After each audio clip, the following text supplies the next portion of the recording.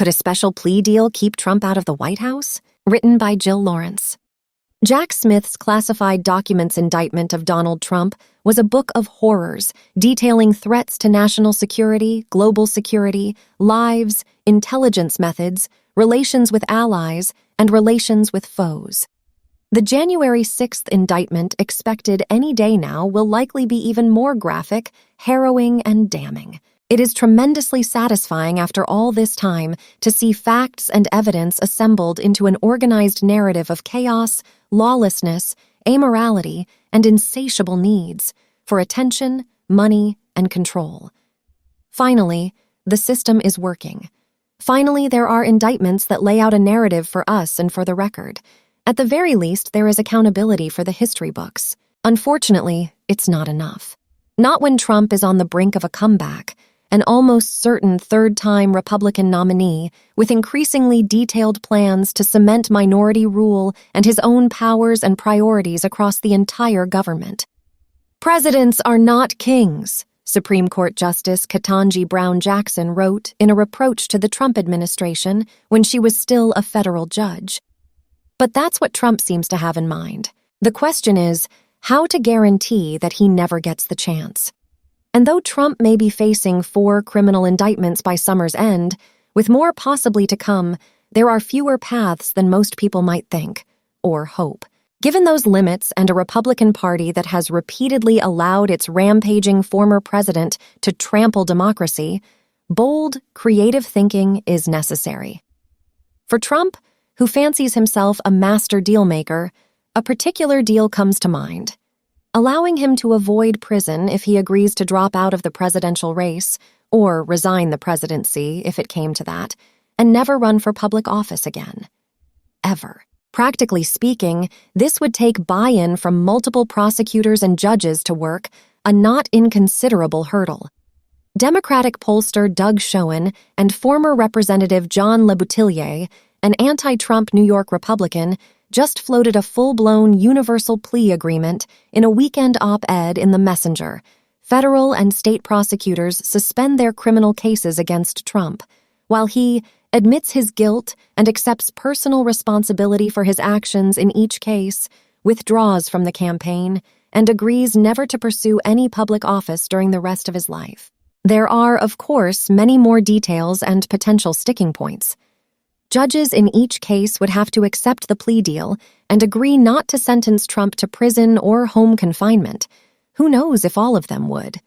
Caroline Malacorbin, a constitutional law professor at the University of Miami, says such a deal would seem to reward really bad behavior. You can avoid the consequences that ordinary people have to face for the same crimes by just agreeing to forego public office. Furthermore, she told me in an email, it is hard to imagine Trump ever admitting to wrongdoing or voluntarily giving up his fame, fortune, and power.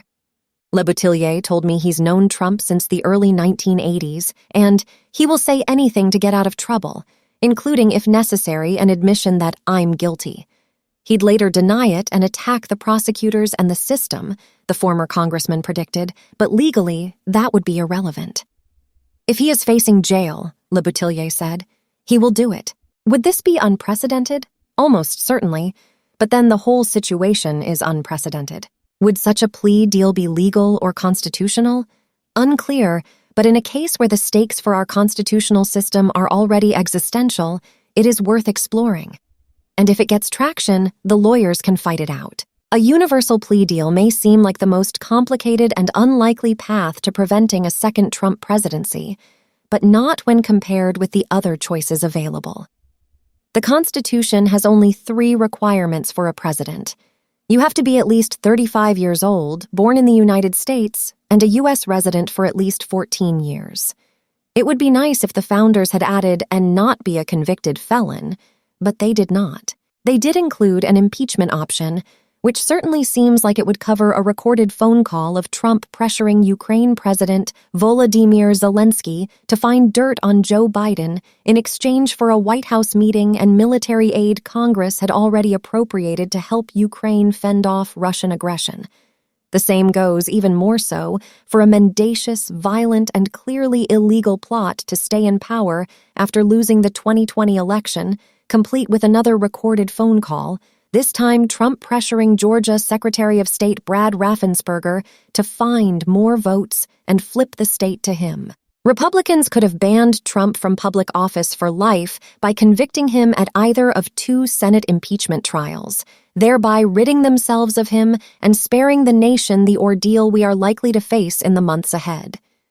But, in Le Boutilier's words, they didn't have the balls to do it or the foresight. There's an outside chance that Section 3 of the 14th Amendment could be found to apply to Trump's role in planning and encouraging the deadly January 6th Capitol attack. It disqualifies from public office any officer of the United States or any state official who took an oath to support the Constitution but shall have engaged in insurrection or rebellion against the United States or given aid or comfort to the enemies thereof. Among those disqualified under the amendment were several officials formerly aligned with the Confederacy and, most recently, New Mexico County Commissioner Couy Griffin, who participated in the January 6th insurrection, Citizens for Responsibility and Ethics in Washington said in a report this month. A state court removed Griffin from office on 14th Amendment grounds after Cruz sued on behalf of 3 New Mexico residents. As it relates to Trump, Corbin calls the argument a stretch. First, while there is some debate about whether the president counts as an officer of the United States, to whom the amendment applies, and Corbin says most agree that a president does count, the question remains whether Trump engaged in insurrection or gave aid and comfort to those who did. Maybe, she says, Congress has the authority to enforce the amendment under Section 5, she told me, so Congress could pass a law stating that those public officials who incited or participated in the January 6th insurrection were ineligible for office. For its part, Crew argues that eligibility under Section 3 can be adjudicated through civil lawsuits, like the one that disqualified Griffin in New Mexico.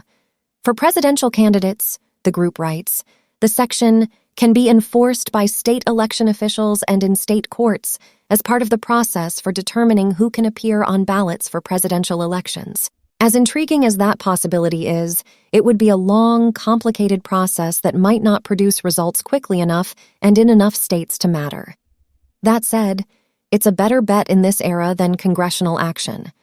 Trump's hold on his party killed not just 2 impeachment convictions, but also any chance that the 25th Amendment would be invoked after his supporters stormed the Capitol and threatened to hang Mike Pence.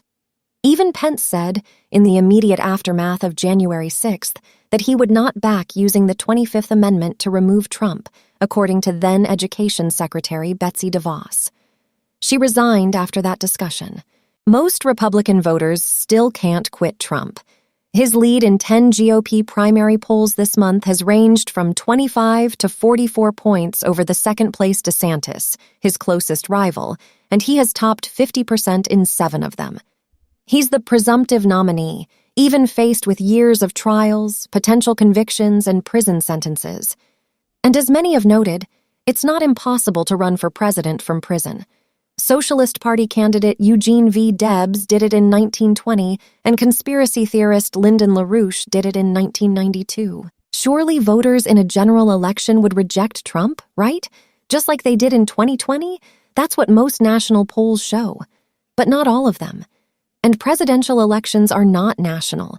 They are state by state, and enough states are so closely divided that third-party candidates or the Electoral College could easily return Trump to the Oval Office. That may be an outside chance, an irrational fear, but a miscalculation delivers to us King Donald, with his own personal army of federal leaders and policymakers to harness the government to the benefit of himself, his family, and his friends and cronies. We've seen it all before.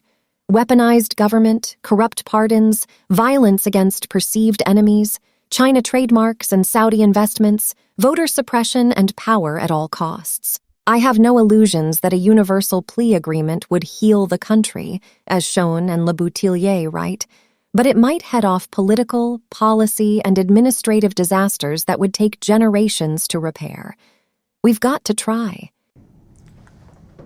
Hi, this is Sarah Longwell, publisher of The Bulwark. If you like this article and want to listen to more, go to bulwark.com and become a Bulwark Plus member. Thank you.